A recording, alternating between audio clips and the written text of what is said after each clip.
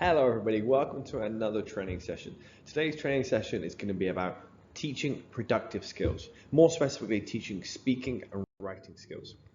So within today, I want you to understand how to apply PDP techniques when teaching writing and speaking skills, understand the difference between accuracy and fluency, and better understand how to support a range of different learners. So first of all, I have a challenge. You think about these challenges and thinking about take a minute or so to actually try the challenge out, see how hard, how difficult it is. Challenge one is see if you can give a 1 minute talk about your hobbies, but it must rhyme. Challenge two is write a story about a dragon. If you have time, pause the video now and take 1 minute just to try this out, just to experience it.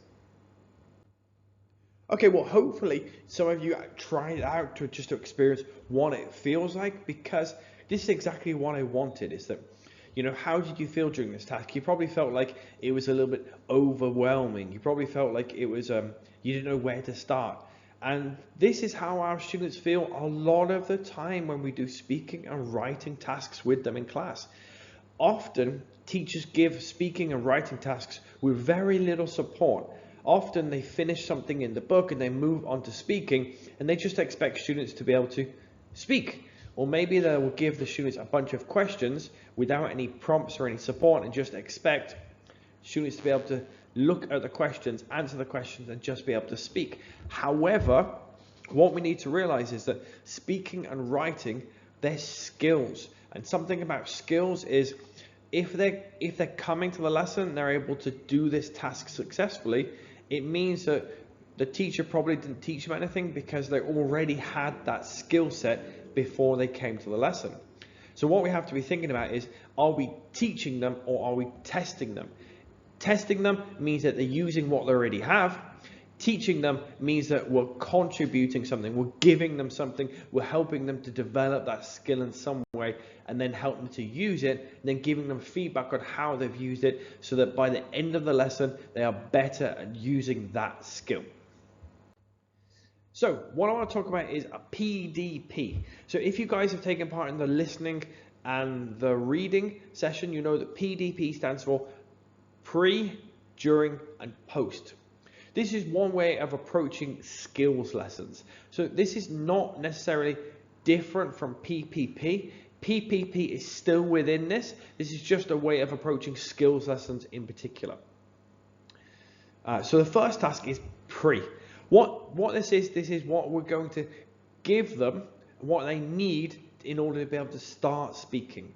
This is different from listening and reading, because with listening, it's about what we need to give them in order for them to be able to understand. Whereas for speaking and writing tasks, it's imagine you're baking a cake. You need to have ingredients to bake the cake. This is exactly what the pre-task is doing during the speaking, is giving them the ingredients, checking that they have those ingredients in order to be able to perform the speaking or the writing task. And this is the stage which is most often missed during speaking and writing tasks. During, so what are we going to give them to support them while they are starting the task? This one is the most important one when we are talking about supporting different levels of students. This during, it could be templates, structures, prompts, questions, anything which is guiding them. So if you remember the challenge I gave you, this was definitely missing during. For example, if I was going to ask you to write a story about a dragon, you would need to have a template, you'd need to have guiding questions, you need to have somewhere guiding you towards knowing where to start and not losing your steam, being able to continue the task. And lastly, post. So again, when we are speaking and writing in real life, why do we do it? We speak in order to get a response from somebody else, in order to perform a function. Why do we write? Well, think about Facebook. Why do we write on Facebook? We write on Facebook for other people to see it, and then for them to like it, to comment upon it, to share it, whatever. We very, very rarely write for no reason. We very rarely speak for no reason. And this is why in the class we should try to mirror this. So anytime that we're speaking or writing in the class, you need to make sure that you have a post task. Post task, it could be feedback, it could be giving them correction, it could be some sort of follow-up task where, you know, somebody's listening to their speaking, somebody's reading their writing and reacting to it. Something where we don't just end when the speaking or the writing is finished, but there must be a follow-up so they're improving the skills. So thinking about the previous challenges, so the challenge about writing a rhyme about your favorite hobby or writing a story about the dragon, think about it. If this was you doing this task, what pre, during, and post task could you have to better support your students? Again, if you have time, please pause the video and really think about this. This is part of the video which is going to help you to improve your teaching skills. To give you an example, so if we're talking about the first one about giving a talk about your favorite hobby but in rhyme. Well, we would need to do preparation and scaffolding. So we do some sort of warm-up which is related to rhymes, because rhyme isn't necessarily something that students are familiar with. So do a warm-up which is getting them familiar with rhyme, having them brainstorm about ideas, brainstorming about vocabulary, maybe brainstorming about like rhyming words. Maybe you can provide some input if they don't have the current tools they need. Having a model, so for example, before that they're expected to do it, they need to see what it looks like. Again, when we search for recipes online, we always look at what the finished product looks like before we start. Speaking, writing, same thing. And then language scaffold, so thinking about like, do they need any additional language in order to be able to perform the task? Do they need structures? Do they need grammar? Do they need sentences? Then during, we think about, okay, so they need some sort of structure or template like we saw in the previous slide. They need time to draft, they need time to test, they need time to rework, redo, think, maybe work in groups, maybe work in pairs. And then finally, post-task is they need to perform this rhyme, so they need to let other people listen to it. Maybe they can get peer feedback on, you know, what they enjoyed about it. Maybe their peers can write questions upon it. Maybe they can get, maybe they could get feedback from the teacher about what they got right, what they got wrong. Okay, my next point, I want to talk about accuracy versus fluency. So these two things are different. Okay, accuracy, what are we talking about when we talk about accuracy? When we talk about accuracy, we are talking about getting it right, getting it correct.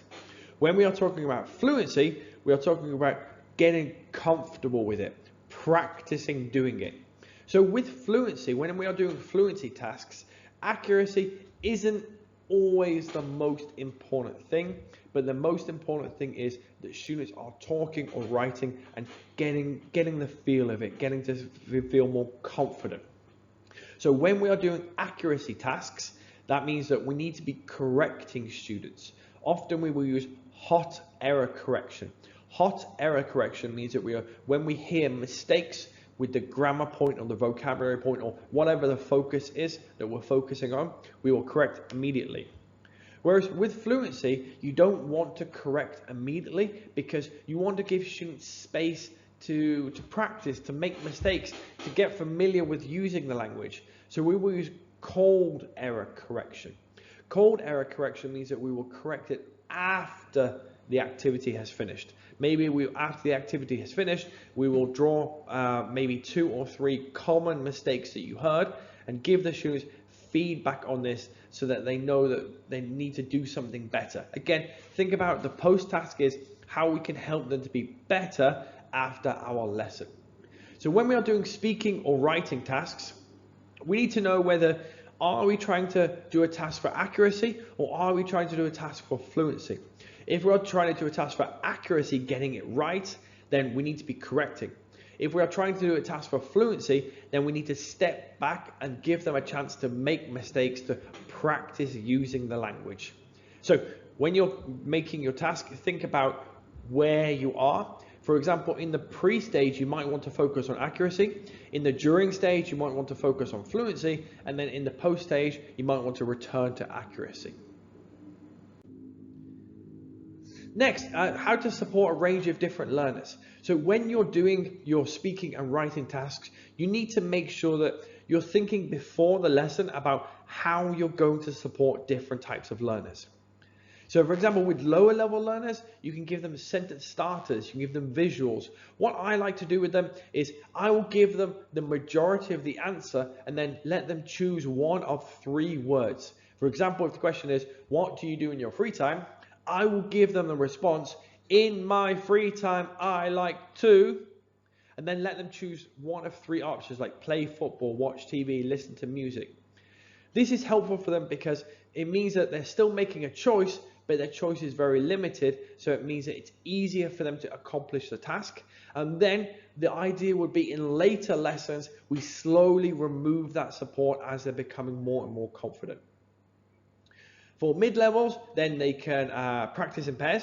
So why do we practice in pairs? In general, you always want to let students check the answers with their friend before giving it in front of the whole class, because that allows them to feel more confident that they have the correct answer, or at least their friend has the same answer that they have. And for higher levels, so it's thinking about how to challenge them more. So you want to ask more open questions. You want to maybe have debates. Here you can start thinking about like Bloom's taxonomy for higher order thinking skills, and asking about why people did things, what were they thinking, what were they feeling. Many great ideas. Look up Bloom's taxonomy for higher order thinking skills.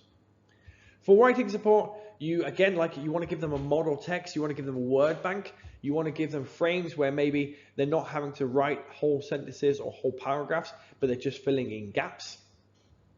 For mid-level, you want to give them a guided outline or checklist to make sure that they know that when they have included all of the elements that you want to include, or that at least they know roughly what they're working towards.